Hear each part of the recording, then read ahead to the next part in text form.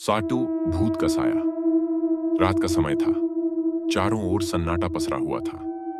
गांव के पास स्थित पुरानी हवेली में एक अजीब सी खामोशी थी। गांव वालों का कहना था कि उस हवेली में भूत का साया है। कई सालों से उस हवेली में कोई नहीं गया था और जो गए थे वो कभी लौट कर नहीं आए। एक दिन गांव में एक नया लड़का अरुण आया। उसे इन सब कहानियों पर यकीन नहीं था।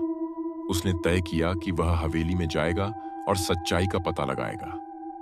एक रात उसने अपनी टॉर्च और मोबाइल लिया और हवेली की तरफ निकल पड़ा।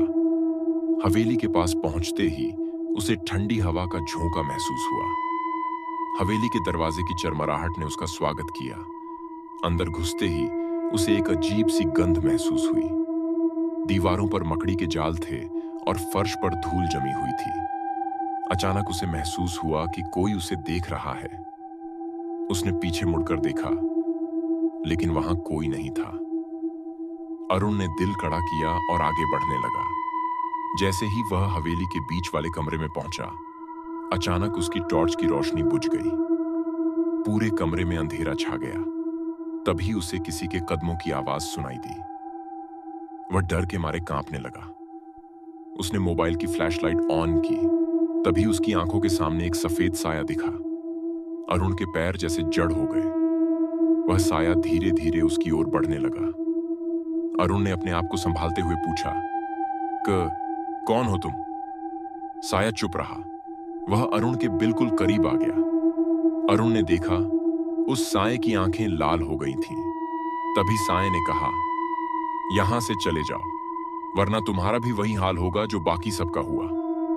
अरुण ने बिना एक पल की देर किए भागने की कोशिश की, लेकिन उसके पैर जैसे जमीन में धंस गए थे। उसने पूरी ताकत लगाई और किसी तरह दरवाजे तक पहुंचा। बाहर आते ही उसने तेजी से हवेली के दरवाजे को बंद किया और भाग खड़ा हुआ। वह दौड़ते हुए गांव पहुंचा और सबको हवेली में देखे गए भूत के बारे में बताया।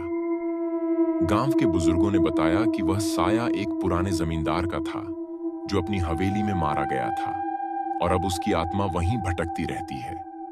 उस घटना के बाद अरुण ने कभी हवेली का रुख नहीं किया। गांव वालों ने भी हवेली से दूर रहने की चेतावनी दी। उस रात के बाद किसी ने भी हवेली में जाने की हिम्मत नहीं की। हवेली में अब भी उस भूत का साया मंडराता है। समाप्त।